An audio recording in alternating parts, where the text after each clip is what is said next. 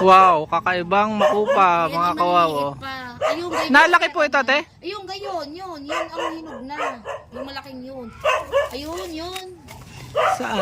Yun, yung malaking yun. Yung gayon lang siya kalaki. Ah, oo nga po, ano? Parang bayabas? Yun. Eh, bakit kakaiba itong inyong makupang ito? Ha? Ito, hinog na ito. Yeah. Ay, hilaw pa yan. Hilaw pa yan. Garin eh, garin ang pagkapula. Yung gayon ang pagkapula. Ito, hilaw pa ito. Hilaw pa yan. Abay, kakaiba nga, ano? Pati bulaklak niya, kaiba. Eh, sadyang, di ba? Ayun, tinanim ko lang dyan isang ha. Tinusok ko. Di kaya ang dami po diyang makupa. Hindi ito, hindi ganitong makupa eh. Yan, makupa din yan. Ibang variety siya ng makupa. Ayun, kung ano yan. Basta like, inano ko yan eh. Kakaiba nga siya. Ang makupa nga lang ko, kulay pink. Oo, ay iba-iba. Ito, hinog natin ito. Hawak ko. Oh, yan, yan. Yung bansat ganyang kulay. Ayos na yan. Tingnan. Makatas naman. Wow, kakaiba nga oh. Tingnan ko kung mapapaibig. Wala siyang lasa. Makatas lang.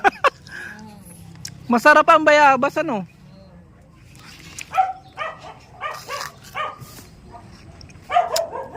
Ano? Medyo mapakla-pakla na.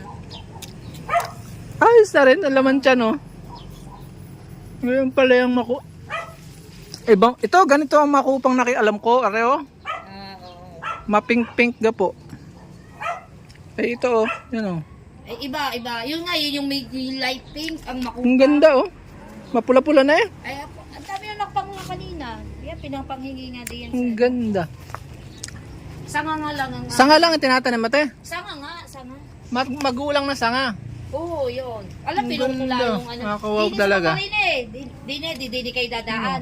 Yan, may mga tanim din din sa may talyer din eh. Parang San Francisco lang. Oo. Ang ganda, oh. Ibig sabihin, hindi kinakain, nalalaglag lang ngayon. Alayin ko namang ari lang naman ang bata. Yan. Ayun, Wala. pinapanguha din ng kapitbahay. Saka hindi naman nga masarap ang lasa. Nakakatuwa lang siya panoorin. Ayaw ko din pa kainin at madakta. Tapos na ano sa ano.